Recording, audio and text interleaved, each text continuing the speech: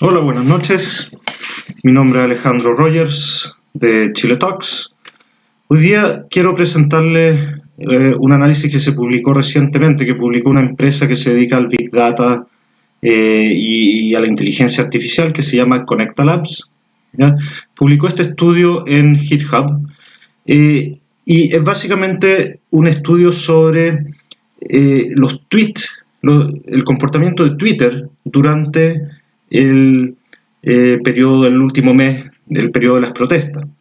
Y lo que hicieron fue básicamente bajar alrededor de 5 millones de tweets relacionados con las protestas y relacionados con los hashtags de las protestas, ¿no es cierto? Y lo analizaron en función de varias variables y mapearon esas variables con el fin de encontrar cuáles fueron los usuarios más influyentes en las redes sociales y en las protestas. ¿Ya? Los resultados son bastante interesantes. Pueden descargar la información y el informe completo en GitHub, pero los invito a revisar, por ejemplo, algunos de los gráficos que son bastante interesantes, como por ejemplo aquí tenemos los hashtags y relacionados con las marchas clasificados por nacionalidad, ¿no es cierto?, por color.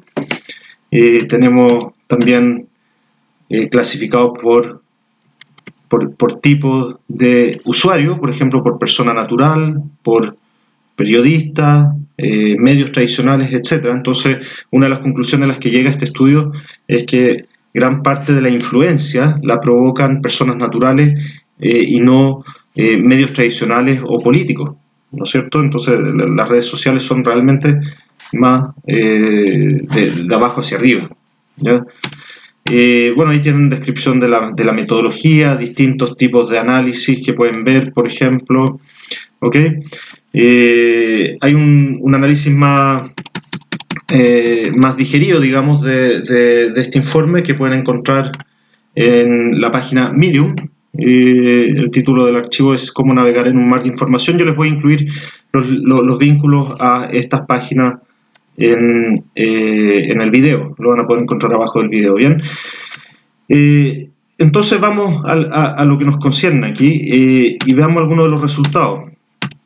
Bueno, aquí se pueden ver, por ejemplo, la actividad de Twitter durante las protestas por fecha y por cantidad de tweets por minuto, y podemos ver que en ciertas fechas claves se disparó la cantidad de tweets, ¿no es cierto?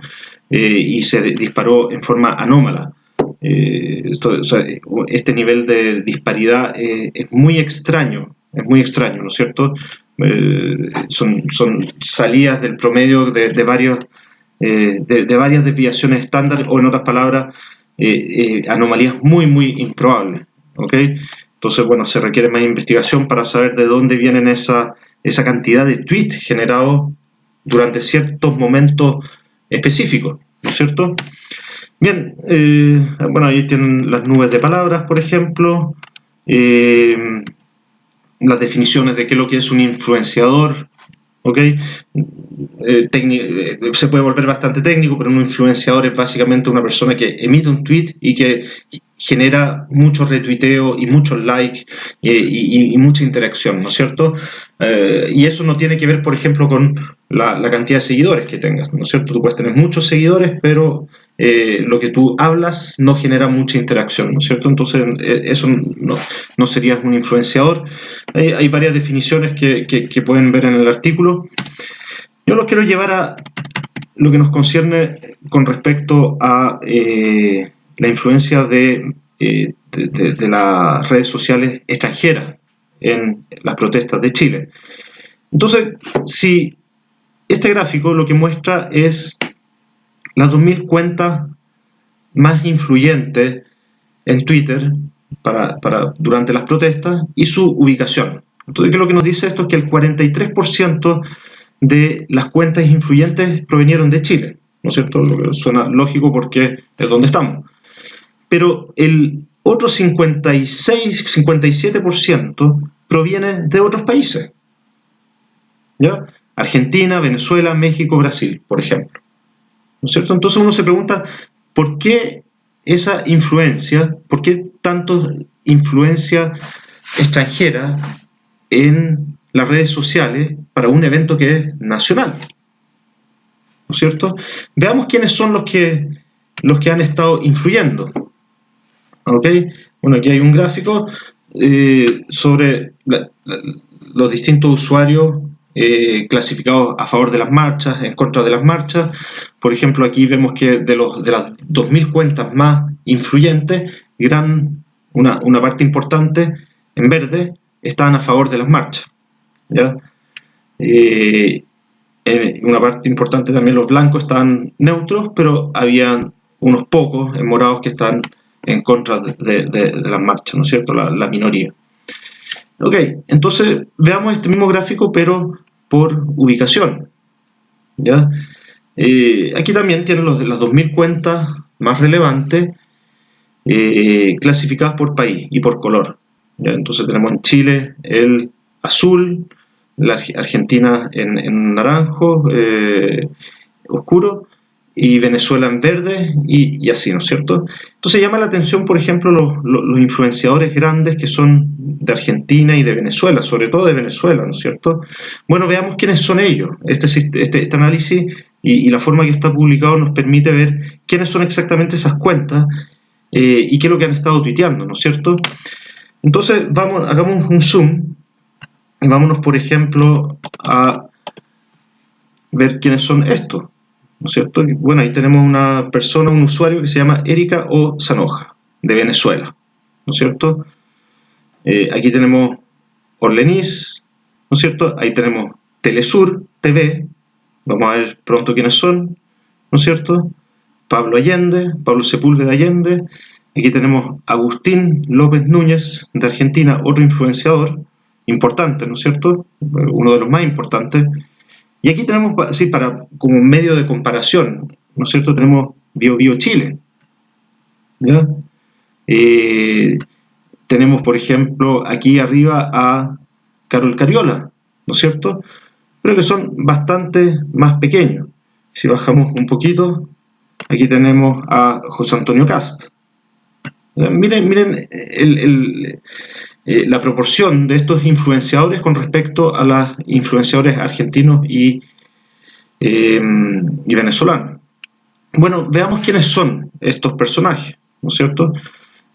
Vámonos, por ejemplo, al perfil de una de las influenciadoras más importantes de las marchas, de las marchas chilenas, y que viene de Venezuela.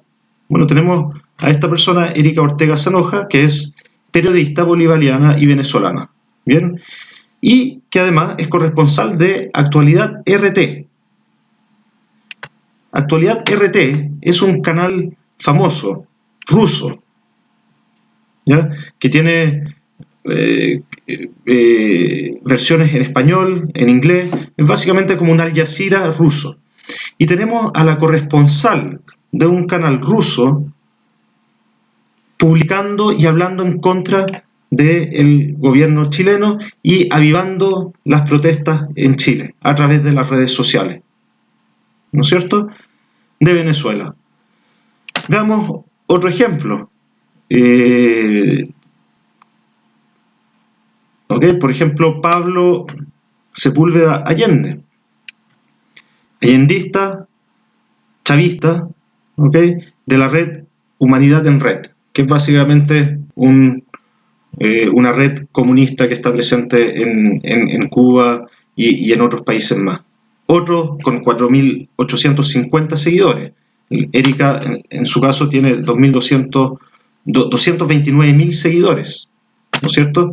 Todos influyendo a través de las redes sociales en las protestas en Chile y fomentándolas, ¿no es cierto? Vámonos. Bueno, ahí está la red de intelectuales, llamada red de intelectuales, mal llamada red de intelectuales, también con 29.300 seguidores, ¿ya? Tenemos otro influenciador importante, según nuestro análisis, que es Telesur, ¿no es cierto?, que aparece acá, si se fijaron, ahí está, no es el más grande, pero uno de los importantes. Bueno, ¿quién es Telesur? Es el canal de televisión del Estado venezolano, el canal de televisión de Maduro, que también está avivando las protestas en Chile a través de las redes sociales, ¿no es cierto?, con 1.8 millones de seguidores. Pero no solamente eso, vámonos, por ejemplo, a otro de los usuarios. ¿Quién será este señor Agustín López Núñez? Vámonos a su perfil. Agustín López Núñez, ¿no es cierto? Le gusta la bicicleta, ¿no es cierto? Le gusta Perón también, ¿ya? Pero busquemos un poquito más a ver quién es y a qué se dedica.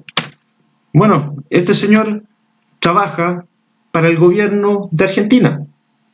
Es locutor en la legislatura de Ciudad de Buenos Aires, uno de los influenciadores en las redes sociales, uno de los influenciadores más grandes en la marcha y los desórdenes y el ataque, que ya hay que llamarlo ataque, que hemos vivido en Chile.